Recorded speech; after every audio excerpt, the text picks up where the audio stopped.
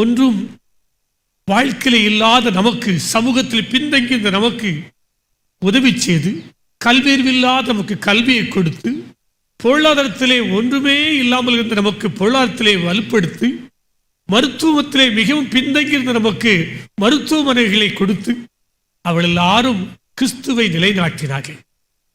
ஆகவே தான் கிறிஸ்தவம் 2.3% கிறிஸ்தவமாய் மாறினது.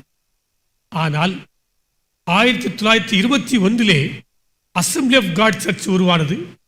1924 இந்தியன் பெண்டிகாஸ்டல் சர்ச்சஸ் உருவானது. 1936 சர்ச் ஆஃப் காட் உருவானது. 1942 யுனைடெட் சர்ச் ஆஃப் காட் உருவானது. 1946 அப்போஸ்தலிக் சர்ச் உருவானது. இவையெல்லாம் உருவான பின்பு, அவையெல்லாம் இந்தியாவுக்கு வந்த பின்பும் கிறிஸ்தவமானது 2.3% தான் இருக்கிறது.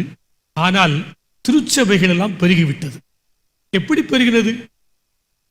ஒரே கிராமத்திலே சிஎஸ்ஐ சர்ச், பக்கத்தில் ஒரு அசம்பிளி ஆஃப் காட் சர்ச், அதுக்கு அடுத்தால இந்தியன் பெண்டிகாஸ்டல் சர்ச். சர்ச் பெருகிருக்கிறது, ஆத்துமாக்கள் பெருகவில்லை.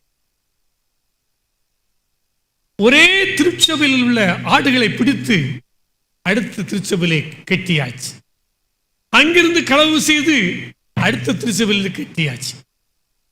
ஷீப் ஸ்டீலிங், ஆடுகள் கொள்ளைய கொடுக்கப்பட்டிருக்கிற ஒளி திருச்சபைகள் வளரவில்லை, கிறிஸ்தவம் வளரவில்லை.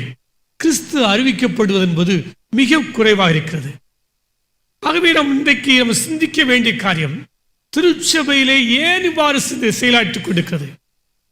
சிஎஸ்ல ஞானஸ்நானம் பெற்ற ஒரு நபரை பிடித்து அசம்பிளி ஆஃப் திருச்சபையினர், வாருங்கள், நாங்கள் கொடுக்கிற ஞானஸ்நானம் தான் சரி என்று அங்கே ஞானஸ்நானம் கொடுக்கிறார்கள். அதன் பின்பு அவன் ஒரு இந்தியன் பெண்டெகாஸ்டல் பாஸ்டரை பார்க்கிறான். அவன் சொல்ல, எப்படி ஞானஸ்நானம் பெற்றாய்? காதுல கழுத்துல போட்டுட்டா ஞானஸ்நானம் பெற்றான். ஆமாயா. ஐயோ பாவி, அந்த பாவத்தை போட்டுக்கிட்டு ஞானஸ்நானம் பெற்றா இந்த ஞானஸ்நானம் ஒத்துக்கிடுமா? வா, காதுல கழுத்துல கையில் இருக்கிற எல்லாத்தையும் கழுத்து ஏண்ட கொடுத்து வா, உனக ஆத்துல கொண்டு மூக்குன்னு சொல்லி தாவல் பண்ணி ஆத்துல மூக்குறோன்னு அங்க போயிருந்தாங்க. அவ இந்தியன் பெண்டிகாஸ்டல் சர்ச்.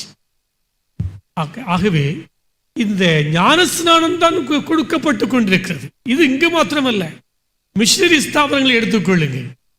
நிறைய மிஷனரி ஸ்தாபனங்கள், 1-2 அல்ல, ஆயிரக்கணக்கான மிஷனரி ஸ்தாபனங்கள், இந்திய மிஷனரி சொசைட்டி போன்று எண்ணற்ற மிஷனரி ஸ்தாபனங்கள் இன்று உருவாகின்றது.